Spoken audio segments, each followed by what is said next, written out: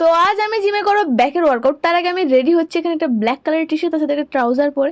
তো রেডি হয়ে আমি এখানে ভালোভাবে ক্যামেরার সামনে নিজেকে অবজার্ভ করছি। তো ভালোভাবে ক্যামেরার সামনে নিজেকে অবজার্ভ করে চলে এসেছি আমি জিমে। প্রথমে করে নিচ্ছি ভালো করে ওয়ার্ম আপ। সবসময় বলে থাকি আমি ওয়ার্কআউটের আগে ওয়ার্ম আপ অ্যান্ড ওয়ার্কআউটের পরে স্ট্রেচিং করাটা খুবই জরুরি। তো ভালোভাবে দেখতে পাচ্ছি ব্যাকের স্ট্রেচিং ওয়ার্ম আপ করে নিয়েছি, ওয়ার্ম আপ করে আমি প্রথমে যে ব্যাকের ওয়ার্কআউটটা করছি এটাকে বলে সুমো ডেডলিফট। যারা নতুন তারা কনভেনশনাল ডেডলিফট মারতে পারো, বাট সুমো ডেডলিফট মারলেও কোনো অসুবিধা নেই। অ্যাকচুয়ালি আমি এটাতে অভ্যস্ত, তাই আমি এটাই মারছি। তোমাদের যেটা ভালো লাগে, কনভেনশনাল ডেডলিফট অনেকের ভালো লাগে, অনেকের সুমো ডেডলিফট ভালো লাগে, যার যেটা ভালো লাগে সেটা মারতে পারো। তো যাই হোক, তারপরে আমি এখানে মারছি 75 কেজি, আই থিঙ্ক 5টা রেপ মেরেছি। দেন এখানে আমি মারছি আমি লেগ কার্ল। তো লেগ কার্ল 30 সেট কমপ্লিট করে তার কিছুটা দেখিয়েছি। তারপর যে ওয়ার্কআউটটা করছি সেটার নাম কি তোমরা কমেন্টে জানাও, কারণ আমি জানি না। তো যাই হোক, এটার ফর্মটা একটু ভুল আমি জানি, কারণ ফার্স্ট টাইম ট্রাই করলাম, নেক্সট টাইম ভালোভাবে ফর্মে মারার চেষ্টা করব। তারপর এখানে মারছি আমি ব্যাক এক্সটেনশন।